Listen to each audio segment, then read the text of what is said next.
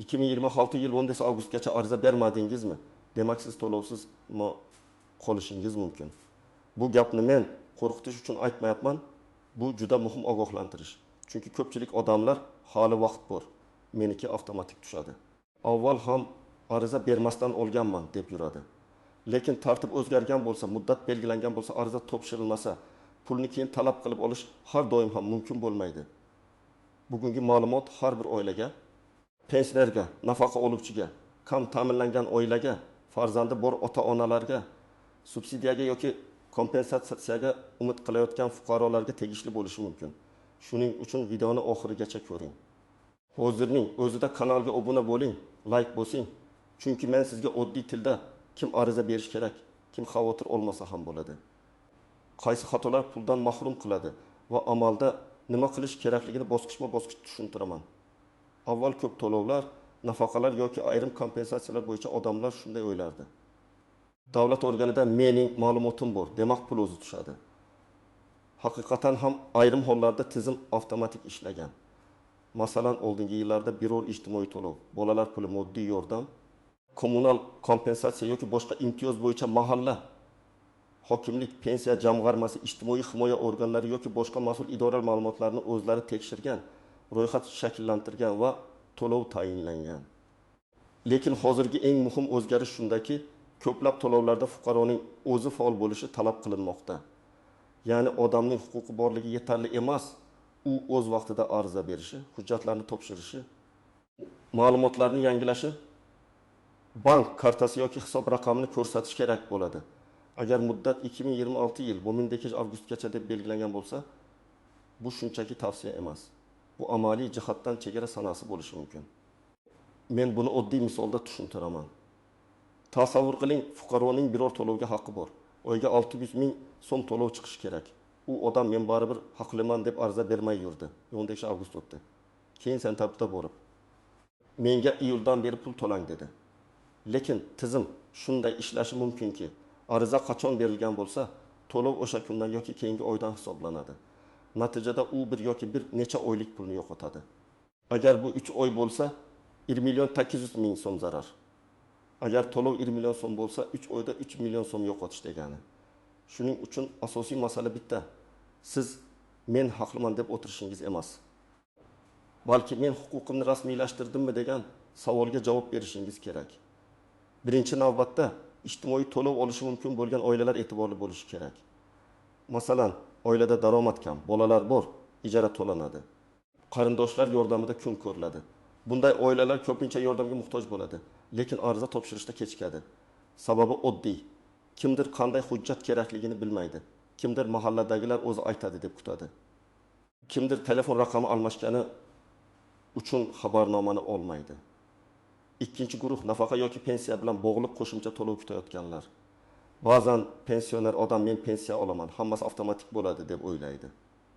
Lekin ayrim qo'shimcha kompensatsiyalar, parvarish puli, nogironlik bilan bog'liq to'lovlar, oila a'zosi orqali olinadigan yordamlar alohida ariza talab qilishi mumkin. Ayniqsa fuqaroning nogironlik guruhi o'zgargan bo'lsa, yashash manzili o'zgargan bo'lsa, bank kartasi muddati tugagan bo'lsa yoki hujjatlar eski bo'lsa, pul ushlanib qolishi yoki umuman tayinlanmasligi ehtimoli bor. Uchinchi guruh farzandli ota-onalar, bolalar puli, bola parvarishi, maktabga tayyorgarlik, aliment bilan bog'liq holatlar, yolg'iz ona yoki yolg'iz ota maqomi, vasiylik, homiylik, farzand asrab olish kabi vaziyatlarda hujjatlar juda muhim. Men amaliyotda ko'p ko'raman. Oilada 3 nafar bola bor. Daromad yetarli emas, lekin ota ish joyidan daromad ma'lumotini vaqtida olib kelmagan. Yoki ona ro'yxatdan o'tgan manzil boshqa tuman, amalda yashayotgan joy boshqa tuman. Natijada ariza ko'rib chiqilishi cho'ziladi. Muddat o'tib ketsa, odam haq bo'lsa ham pulni vaqtida olmaydi. 4-guruh subsidiyaga yoki kompensatsiya umid qilayotganlar.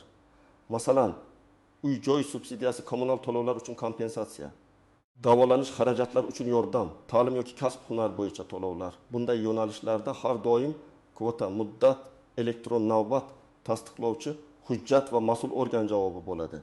Agar odam muddatga beparvo qarasa, keyin men ham muhtoj edim degani natija bermasligi mumkin. Chunki tizimda ariza sanasi ko'rinadi. 5-guruh chet elda ishlayotgan yoki vaqtincha boshqa viloyatda yurgan fuqarolarning oilalari. Oila boshlig'i Rossiya, Qozog'iston, Koreya yoki Turkiyada ishlayotgan bo'lishi mumkin. Uyda esa ayoli, bolalari, ota-onasi qolgan. Ular ko'pincha otasi kelganda hujjat qilamiz deb kutadi. Lekin ayrim arizalar uchun barcha oila a'zolarining shaxsan kelishi shart bo'lmasligi mumkin. Ayrim hollarda ishonchnoma, elektron ariza yoki vakil orqali rasmiylashtirish yo'li bor. Kutish esa xavfli. Chunki 12 avgust o'tsa, muddat masalasi chiqadi. Endi hamma odam vahimaga tushishi shart emas. Agar siz allaqachon ariza topshirgan bo'lsangiz, arizangiz ro'yxatga olingan bo'lsa, sizda ariza raqami yoki qabul qilinganini tasdiqlovchi xabar bo'lsa, unda eng muhim bosqichni bajargansiz. Lekin baribir tekshirib qo'yish kerak. Ariza ko'rib chiqilyaptimi? Rad etilmaganmi? Qo'shimcha hujjat so'ralmaganmi? Bank ma'lumotlari to'g'rimi? Agar siz oladigan to'lov qonun bo'yicha to'liq avtomatik tayinlanadigan to'lov bo'lsa va tegishli idora sizdan ariza talab qilmagan bo'lsa, unda xavotir kamroq. Masalan, ayrim pensiya to'lovlari yoki ilgari tayinlangan nafaqalar davom etishi mumkin. Lekin avtomatik degan so'zga ko'r-ko'rina ishonmang. Chunki avtomatik to'lov ham ma'lumotlar to'g'ri bo'lsa avtomatik. Pasport almashtirilgan, karta yopilgan, yashash joyi o'zgargan, oilaviy holat yangilangan, nogironlik muddati tugagan bo'lsa, tizim to'xtab qolishi mumkin. Agar sizning daromadingiz yuqori bo'lsa, mulkingiz ko'p bo'lsa, oilangiz yordam mezonlariga mos kelmasa, ariza topshirganingiz bilan to'lov chiqmasligi mumkin. Lekin bu ham umuman tekshirmayman degani emas. Chunki mezonlar har bir to'lov turiga qarab farq qiladi. Ba'zi yordamlar faqat kam ta'minlanganlarga beriladi. Ba'zilari esa nogironlik, yosh farzand soni, uy-joy holati, sog'liq, bandlik yoki boshqa omillarga bog'liq. Birinchi misol, Gulnora opa 2 farzandi bilan yashaydi. Turmush o'rtog'i vaqtinchalik ishsiz. Oilaning oylik daromadi 1.500.000 so'm atrofida. U bolalar puli yoki moddiy yordamga ariza berishi mumkin. Lekin u mahalla o'zi biladi deb 2 oy kutdi. Keyin hujjat topshirdi. Agar to'lov oyiga 6.000 so'm bo'lsa, 2 oy kechikish 1.300.000 so'm yo'qotish bo'lishi mumkin. Bu pulga oilada oziq-ovqat, dori, maktab anjomlari olinardi. Ikkinchi misol. Rustam aka nogironlik guruhi bo'yicha qo'shimcha yordamga umid qiladi. Lekin tibbiy hujjatlarning muddati tugagani bilmaydi. U ariza topshirganda tizim hujjatni qayta tasdiqlash kerakligini ko'rsatadi. Rustam aka yana shifoxonaga boradi, komissiyadan o'tadi, ma'lumotnoma oladi. Agar u bularni 12 avgustdan keyin boshlasa, jarayon cho'ziladi. Natijada to'lov ham kechikadi. Shuning uchun nogironlik tibbiy xulosa, reabilitatsiya hujjatlari bo'yicha muddatlarni oldindan tekshirish zarur. Uchinchi misol. Bir oila uy-joy subsidiyasiga ariza bermoqchi. Ota rasmiy ishlaydi, ona uyda 3 farzand bor. Ular kvartirada ijarada yashaydi. Lekin ijara shartnomasi rasmiylashtirilmagan. Ariza topshirilganda yashash holatini tasdiqlovchi hujjat so'ralishi mumkin. Agar shartnoma yo'q bo'lsa, hujjat to'liq emas deb topiladi. Shuning uchun muddat yaqinlashganda hujjat yig'ish emas, muddatdan ancha oldin tayyorgarlik ko'rish kerak. 4-misol. Pensioni ona har oy pensiya oladi. Lekin unga qo'shimcha kompensatsiya tayinlanishi mumkinligini qo'shnisi aytadi. U esa menga hech kim xabar bermadi dedi. Bu juda keng tarqalgan xato. Davlat organlari har bir odamga alohida qo'ng'iroq qilib, siz kelib ariza bering deb aytishi shart bo'lmasligi mumkin. Fuqaro o'zi qiziqishi, rasmiy manbadan tekshirishi, mas'ul idoraga murojaat qilish kerak. 5-misol. Oila ariza topshirgan. Lekin karta raqami noto'g'ri kiritilgan, to'lov tayinlangan, lekin pul tushmagan. Ular bizni rad etishdi deb o'ylaydi. Aslida muammo bank rekvizitida bo'lishi mumkin. Shuning uchun ariza bergandan keyin ham tinch o'tirish kerak emas. Holatni tekshirish, SMS xabarlarini ko'rish, shaxsiy kabinetga kirish, idoraga murojaat qilish kerak. Har bir to'lovda istisnolar bo'lishi mumkin. Masalan, ayrim hollarda muddat o'tgan bo'lsa ham uzrli sabablar tan olinishi mumkin. Kasallik, shifoxonada yotish, tabiiy ofat, hujjatlarni olish imkoni bo'lmagan holatlar, sud jarayoni. Idora xatosi kabi vaziyatlar alohida ko'rib chiqilishi ehtimoli bor. Lekin men bitta narsani aniq aytaman. Uzrli sabab bo'lsa ham uni isbotlash kerak bo'ladi. Bilmaganim degan gap ko'pincha yetarli dalil hisoblanmaydi. Yana bir nozik nuqta. Ariza topshirish sanasi va hujjat to'liq qabul qilingan sana bir xil bo'lmasligi mumkin. Siz 10 avgust kuni bordingiz, lekin hujjat yetishmadi. Mas'ul xodim mana buni ham olib keling dedi. Siz 2 avgustda olib keldingiz. Endi savol tug'iladi. Ariza 2 avgustda bergan deb hisoblanadimi yoki 2 avgustda to'liq topshirilgan debmi? Bu to'lov turiga va tartibga bog'liq. Shuning uchun hujjatlarni oxirgi kunga qoldirish eng katta xatolardan biri. Elektron ariza masalasida ham ehtiyot bo'ling. Ba'zi odamlar telefon orqali ariza yuboradi, lekin oxirida tasdiqlash tugmasini bosmaydi. Kimdir SMS kodini kiritmaydi. Kimdir fayl yuklaydi, lekin hujjat xira chiqqan bo'ladi. Kimdir noto'g'ri toifani tanlaydi. Natijada odam men ariza berdim deb o'ylaydi. Tizimda esa ariza yakunlanmagan bo'ladi. Shuning uchun ariza raqami qabul qilingan sana va holat ko'rinmaguncha ish bitdi deb hisoblamang. Yana bir muhim jihat oilaviy tarkib. Ko'p ijtimoiy to'lovlarda oila a'zolari soni, ularning daromadi, rasmiy ish joyi, mulki, avtomobil, kadastrdagi uy joyi tekshiriladi. Masalan, sizning oilangizda aslida 5 kishi yashaydi, lekin ro'yxatda 3 kishi ko'rsatilgan yoki aksincha siz bilan yashamaydigan qarindosh ro'yxatda turibdi va uning daromadi sizning oilangiz daromadiga qo'shilib ketmoqda. Bunday holatda ariza rad etilishi mumkin. Shu sababli ariza berishdan oldin oilaviy tarkib va yashash manzili bo'yicha ma'lumotlarni tekshirib oling. Birinchi xato muddatni noto'g'ri tushunish. 15 avgust degani 15 avgust kuni bemalol kechqurun topshiraman degani emas. Elektron tizim ishlamay qolishi, internet uzilishi, idorada navbat bo'lishi, xodim qo'shimcha hujjat so'rashi mumkin. Men amaliy maslahat sifatida aytaman, hech bo'lmasa 10-15 kun oldin harakatni boshlang. Eng to'g'risi esa bir oy oldin tekshirish. Ikkinchi xato norasmiy gaplarga ishonish. Qo'shnim aytdi, Telegramda yozishibdi, falonchi shunday qilib pul olibdi degan ma'lumotlar yordamchi bo'lishi mumkin. Lekin yakuniy asos emas. Siz faqat rasmiy manbaga, mas'ul idora javobiga, qonuniy tartibga, portal xabariga yoki yozma javobga tayaning. Chunki siz pulni yo'qotsangiz, qo'shni javob bermaydi. Uchinchi xato. Hujjat nusxalarini sifatsiz tayyorlash. Pasport yoki ID karta rasmi xira, tug'ilganlik guvohnomasi to'liq ko'rinmaydi, bank rekviziti eskirgan, nikoh yoki ajrim hujjati yo'q, tibbiy ma'lumotnoma muddati o'tgan. Bitta oddiy hujjat sabab ariza ortga qaytishi mumkin. 4-xato daromadni yashirish. Ayrim odamlar agar daromadimni ko'rsatmasam yordam chiqadi deb o'ylaydi. Bu juda xavfli. Chunki ko'plab ma'lumotlar elektron bazalarda ko'rinadi. Ish haqi, soliq, mulk, avtomobil, tadbirkorlik, bank orqali ayrim tushumlar.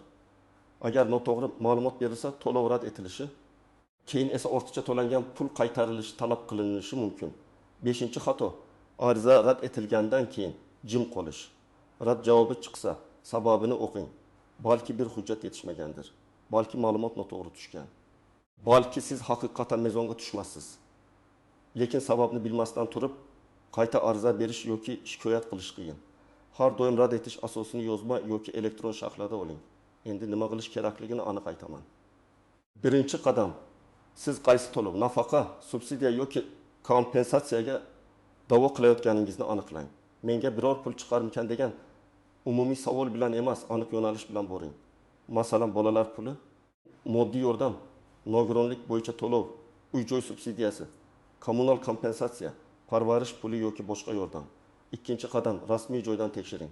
Buning uchun mahalla, tuman ijtimoiy himoya bo'limi, pensiya jamg'armasi, hokimlik, davlat xizmatlari markazi, yagona interaktiv davlat xizmatlari portali yoki tegishli vazirlikning rasmiy kanallaridan foydalaning. Telefon orqali so'rasangiz ham. Imkon bo'lsa yozma javobga ariza holatini tasdiqlovchi ma'lumot oling. 3-qadam, hujjatlarni tayyorlang. Odatda kerak bo'lishi mumkin bo'lgan hujjatlar ID karta yoki pasport, ariza. Farzandlarning tug'ilganlik guvohnomasi, nikoh yoki ajrim hujjati, yashash manzili ma'lumoti, bank karta yoki hisob raqami, daromad ma'lumotlari, tibbiy xulosa, nogironlik hujjati, ijara shartnomasi, vasiylik yoki homiylik hujjatlari. Har bir to'lovda ro'yxat farq qiladi. Shuning uchun aniq ro'yxatni mas'ul idoradan oling. 4-qadam, arizani oxirgi kunga qoldirmang. Men tavsiya qiladigan eng xavfsiz tartib shunday. Avval hujjatlarni tekshirasiz, keyin ariza topshirasiz, keyin ariza raqamini olasiz, keyin 305 kun ichida holatini tekshirasiz. Agar qo'shimcha hujjat so'ralsa, darhol yetkazib berasiz. Shu tarzda 18 avgustga yetib kelganda sizning ishingiz allaqachon tizimda bo'ladi. 5-qadam, arizada aniq yozing. Yordam berishingizni so'rayman deb umumiy yozishdan ko'ra. qaysi asosda murojaat qilayotganingizni ko'rsating. Masalan, oilaviy daromad pastligi, farzandlar soni, nogironlik holati, doimiy parvarishga ehtiyoj, uy-joy sharoiti, ijara xarajati yoki boshqa asosni aniq bayon qiling. Yolg'on ma'lumot yozmang, lekin haqiqiy vaziyatingizni ham yashirmang. 6-qadam dalillarni saqlang. Ariza topshirgan kuningiz, ariza raqami, qabul qilgan xodim, elektron tasdiq, SMS, portal skrinshoti, hujjat topshirganligi haqidagi kvitansiya, rad javobi, qo'shimcha hujjat so'rovi hammasini saqlab qo'ying. Ertaga nizo chiqsa men aytganim emas, hujjat gapiradi. 7-qadam. Agar rad etilsa, sababini tahlil qiling.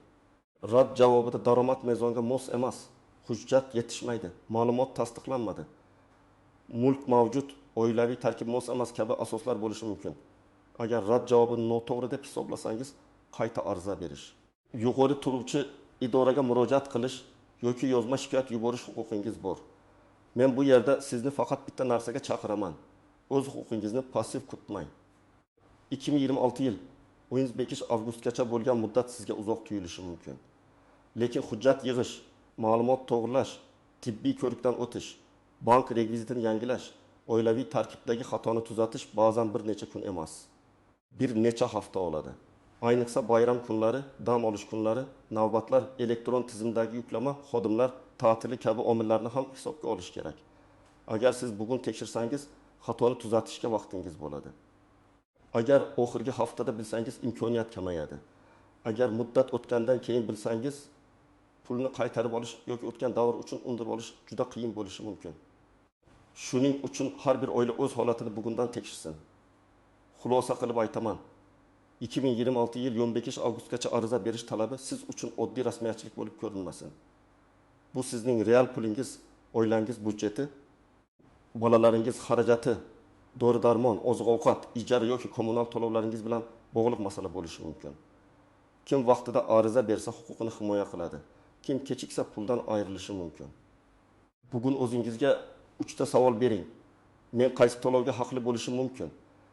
Ariza topshirdimmi? Arizam qabul qilingani tasdiqlovchi dalilim bormi? Agar shu 3 savolga aniq javobingiz bo'lmasa, vaqtni yo'qotmang. Izohlarda yozing. Siz qaysi to'lov yoki yordam bo'yicha ariza bermoqchisiz? Sizda eng katta muammo hujjatni, muddatni yoki qayerga murojaat qilishni bilmaslikmi? Like bosing. Kanalga obuna bo'ling va bu videoni yaqinlaringizga yuboring. Chunki bitta yuborilgan video kimningdir bir necha oylik pulni saqlab qolishi mumkin.